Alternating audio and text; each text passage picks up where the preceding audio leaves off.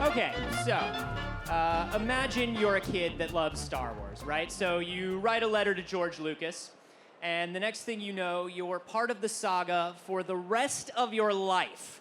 Please welcome the man of 1,000 characters, as long as their names start with the letter W, Warwick Davis!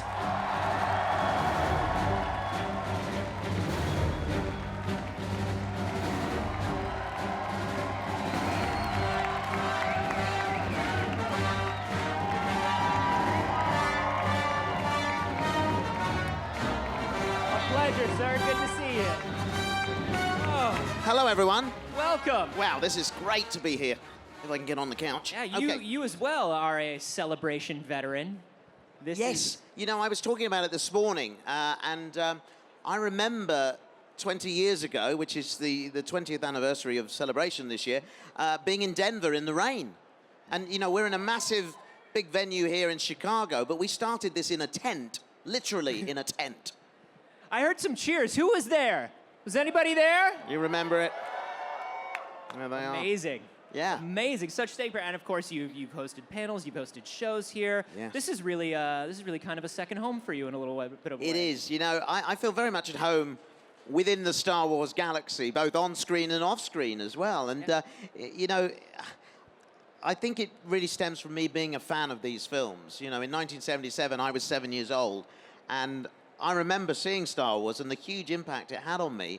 You know, I didn't know at that point it was going to become such a huge part of my life and my career. And not a day goes by now that I don't talk about Star Wars to somebody.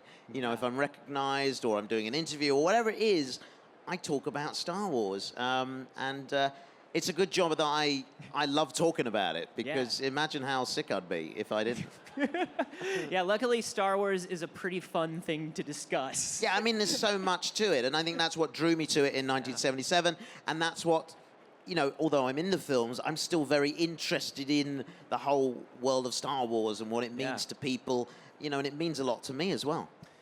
I was wondering, you have been so many characters in the Star Wars universe at this point. Yeah. Can you name them? I can name a few. We got Wicked, of course, to start with. That's a gimme. Thank you. I'm even going to pull it up. You might not want a whoop-de-doo for every single one. This could take a while, okay? Then we have Wald from Episode 1. Then we have Weasel. Yep. Both from Episode 1, The Phantom Menace, and, of course, Solo. Yep. It's the same guy. Then we have Grimy, he's called. He's the guy that you see walking around on Mos Espa in Phantom Menace. Right. A little bit of Yoda. I mean, the whole of Yoda, but I mean a little bit of performance of Yoda. You played the whole Yoda. The whole one. A little bit, yeah. And a little fact there. I actually wore Frank Oz's actual puppeteering gloves. Whoa. When I put them on, his name was written inside the glove. That's So, amazing. It was amazing. It was amazing. That's a moment. It is, yeah. And so we have Yoda, and then where are we going? We've done that. Then we move on to the new movies. Force Awakens was Woolovin. Yep. Then we moved into Rogue One was next, wasn't it? I'm trying to do these in order.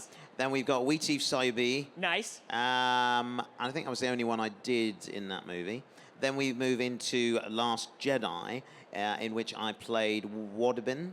Yes. And I also played Kedpin Shoklop. I thought that was the one that was going to trip you up, but you got it. He's the naked alien. He's the naked alien. I mean, that was so bizarre. You know, a friend of mine that I went to school with called Justin Pickethley, he sculpted that character. Oh, really? You know, he worked for Neil Scanlon's Creature Shop on Star Wars, and he sculpted that. He was always a very strange boy. And when I first saw it, I went, "You want me to get in that?" And I said, "Who made it?" And they said, "Justin." I went, "Oh, okay." Yeah. So it was kind of revenge for everything I did to him at school, I think. But so there was that guy. Then we have. Then let's move on to Solo. Yep. This is where it gets tricky. There's Weasel, we've already mentioned. DDBD. Yep. A tray droid in the same sequence. Ooh, you have officially... It goes crazy. Yeah. Then we have... who else have we got? Remind me. Oh, there was a spaceman as well who was going to be in Rogue One, but was kind of configured to be in Solo, that you don't really see in Solo either. Yeah. Then there's, who else is there? Go on, help me out here. There is, there's the chinchilla character that you see in the Sabat game. Then there is the fighting droid, again in the place where the Samat game takes You are place. everywhere. You know, and it proved difficult because suddenly we realized that I was 3 characters within the same scene. How are we going to do it?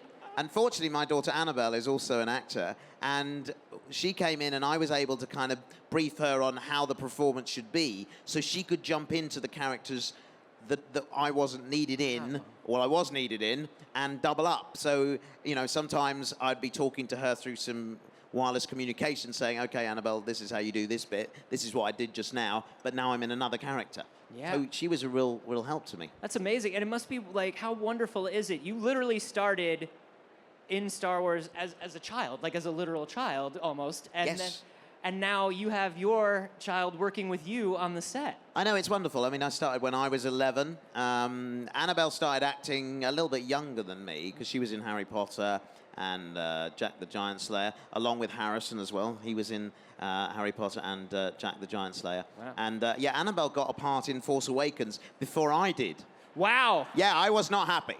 I was not happy. She got a part, right? And I was like, I would take her to Pinewood and drop her off and then kind of loiter. Yeah. You know?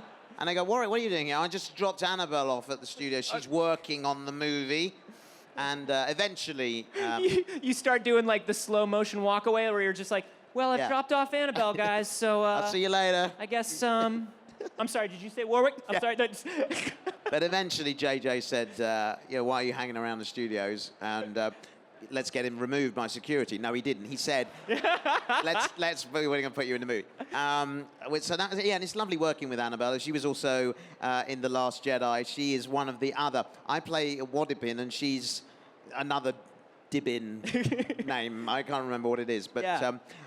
and I can tell you now, I mean, Harrison has finally entered the Star Wars galaxy for Ep 9. So Harrison is in Ep 9. Oh, that's exciting. He's excited. He's very excited That's about it. great.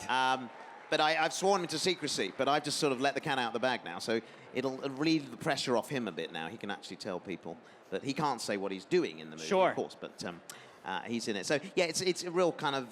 it's lovely to kind of hand on the baton to the younger generations. Yeah. And looking back at all these characters that you have played throughout the years, is there one that sticks out as a favorite, or one that was sort of just memorable in terms of performance for some reason? You know what? I mean, the one is Wicket because he has given me everything I've got. You know, without that movie, without that character, I wouldn't be talking to you now. You know, it's one of those moments in your life that completely changes it forever. I was obsessed with Wicket. Were you? I was obsessed with Wicket, man. Yeah. Who? Anybody else? People are. I was obsessed with Wicket It's as really a kid. nice. It's really nice. People still are, you know, and it's really lovely. And so I enjoyed playing him. But I mean, some of the characters that you know, in Solo, to do all of those characters, some of them extremely challenging. You know, working inside a droid, for example, is really very, very heavy and very challenging to get a performance out of it. But basically, you're in a trash can, you know. Yeah. But it's got to have life. It's got to live, and you've got to feel the personality of the droids, because droids in Star Wars have personalities, don't they? So they're the challenging things for me, and the things that I enjoy doing the most is trying to look at a design and go, right, what is it about this character? How can I bring it to life? And as performers within those characters, we have quite a lot of free reign into what we want to input into that, you know, and how we want to interpret the character and bring it to the screen.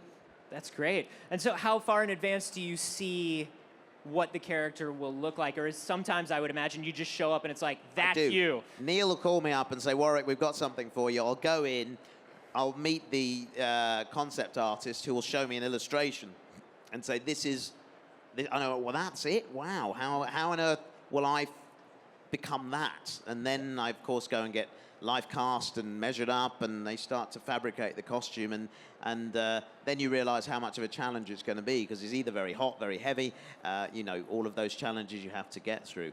But it's an exciting moment for me, because especially, like, for example, Weasel in Solo, when they presented the helmet to me that I'll be wearing, I was like, whoa, it has the visor like Boba Fett does. You know, it has one of those scopes. And so for me, as a fan, they're the things that I get excited about, sort of recognizing things that I would have seen in the films previously. Yeah, that's absolutely wonderful. So as you were saying, like here we are 20 years into Celebration. What are you looking forward to this weekend? What are you hoping to see? What are you hoping to do? Well, you know, I've got loads of shows to do over on the Celebration stage at the huge Wintrust Arena. I mean, that place is massive. It's only slightly bigger than my living room, and it's huge. We got some great shows going on over there. I've just done an amazing panel with Neil Scanlon, the creature effects supervisor. So amazing. Neil Scanlon is a wizard. Yeah, he showed off all his wizard. stuff, and you can still see that online if you're over here, of course. And what have we got coming up? We're going to celebrate the 20th anniversary of The Phantom Menace. Yes! With a really great show, some brilliant guests coming in, both from behind the camera and in front of the camera. It's going to be a fabulous show, that is. I've got my show on Monday, Warwick Davis, my short story, in which I'm going to bring a show that I originally did down for Star Wars Weekends, which is called An Ewok's Tale. And it tells the story of my life and my career, but I use various members of the audience to come and help me tell that story by being characters in my life. So it's a lot of fun, and yeah, we'll just have a lot of fun for an hour or so on stage. I'm looking forward to that. The Clone Wars panel. Clone Wars! Got that coming up.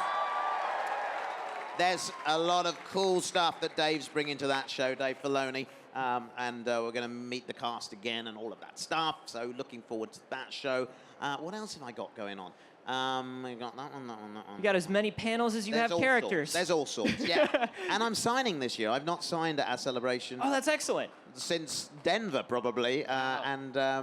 So, yeah, I'm looking forward to meeting some of you guys personally at the table and saying hello. But can I just say, you know, what keeps me coming back to these events year after year is the fans, because they celebrate Star Wars in a way that is so authentic and so real that to be here as somebody that was involved in those movies just feels fantastic. And I think you are unique amongst fans all over the world for any other kind of franchise. You guys are absolutely unique because you stuck with it during the kind of, I call them the kind of the lean years when we didn't have any Star Wars, did we, for years? Right.